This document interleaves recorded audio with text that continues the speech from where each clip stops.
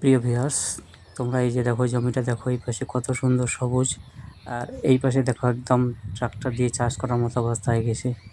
তার কারণটা হচ্ছে আমরা পাটকাপাড়াবাসী একদম অতিষ্ঠ হয়ে আছি।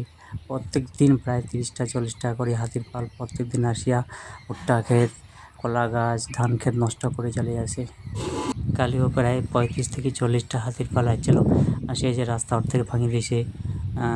জমির এই যে দেখো জমিটা দেখো, জমিটা দেখলে তাও বোঝা পাবেন। হয়তো ক্যামেরা খুব অতটা ভালো করে বোঝা যাচ্ছে না, যদি সামনে থেকে দেখলে হয় তাহলে অবশ্যই বোঝা পেলে নাই। ওই যে এই পাশে গেছিলো ধান খাবার, ওই পাশ থেকে আসে এই পাশ থেকে চলে যায়, এই পাশে এই দিক থেকেই একদম ফরেস্ট চলে যায়। ঠিক আছে, এই দেখো রাস্তার অবস্থা খুব খারাপ। বছরে কোনো এমন মাস বাকি থাকে না যে পাটকাপড়ায় হাতি আসে না, কিন্তু ঘটনাটা হচ্ছে অন্য জায়গায়।